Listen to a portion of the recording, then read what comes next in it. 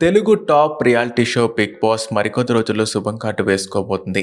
8 seasons పూర్తి చేసుకున్న ఈ షో 9దో సీజన్ కూడా ఇంకొన్ని వారాల్లో పూర్తి చేసుకోబోతున్న నేపథ్యంలో ఈ సీజన్ విన్నర్ ఎవరన్న ప్రశ్నలు జనాల్లో వినిపిస్తున్నాయి. 9దో వారంలానే హౌస్‌లో 10వ వారం కూడా డబుల్ ఎలిమినేషన్ జరిగింది.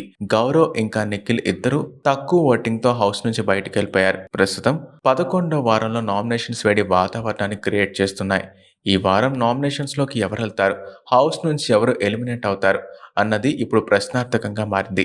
ఒకసారి ఈ వారం ఎలిమినేషన్స్‌ని చూసేద్దాం. ఈ క్రమంలో 11వ నామినేషన్స్‌పై సర్వత్రా చర్చలు కొనసాగుతున్నాయి. ఈ వారం హౌస్ నుంచి ఎవరు ఎలిమినేట్ అవుతారా అని జనాలు ఆసక్తిగా ఎదురుచూస్తున్నారు. ప్రస్తుతం హౌస్‌లో ఉన్న కంటెస్టెంట్స్ అందరూ స్ట్రాంగ్‌గా ఉన్న వాళ్ళే కావడంతో ఈ ఎలిమినేషన్స్‌పై సోషల్ మీడియాలో వార్తలు వినిపిస్తూ ఉన్నాయి. తాజాగా ఈ వారం నామినేషన్స్ ఎపిసోడ్ ప్రోమోని రిలీజ్ చేశారు. ఇమాన్యుయల్ రీతుని నామినేట్ చేస్తారు. రీతు పెద్ద చర్చ చేస్తుంది. నీకు అంతగా ఉంటే ఈ బొమ్మను తీసుకెళ్ళి మీ మమ్మీకి ఇవ్వచ్చు కదా అని సంజనని మధ్యలోకి లాగుతుంది. దాంతో వీరిద్దరి మధ్య గొడవ క్రియేట్ అవుతుంది.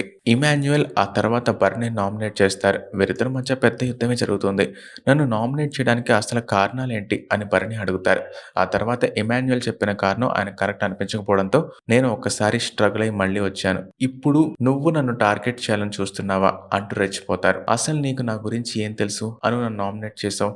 ఎందుకు నన్ను టార్గెట్ చేసావు అని బర్నీ పెద్దగా అరుస్తూ ఇమాన్యుయల్ అడుగుతారు. ఇమాన్యుయల్ చెప్పేది బర్నీ వినకుండా పెద్ద రచ్చ చేస్తారు. చూస్తుంటే వీరిద్దరు కొట్టుకునే వరకు వెళ్ళినట్టు కనిపిస్తుంది. ఇవాళ ఎపిసోడ్లో వీరిద్దరు ఫైట్ కి సొల్యూషన్ ఏంటో చూడాలి. ఆ తర్వాత డీమాన్ పవన్ నామినేట్ చేయడానికి వచ్చి నేను తనకి సపోర్ట్ గా నిలిచాను. తను మాత్రం నా గురించి బ్యాడ్ గా చెప్తూ వస్తుంది. నేను ఎన్నోసార్లు తను అర్థం చేసుకోవడానికి ప్రయత్నించాను. కానీ నన్ను చాలా హర్ట్ అయ్యేలా చేసింది.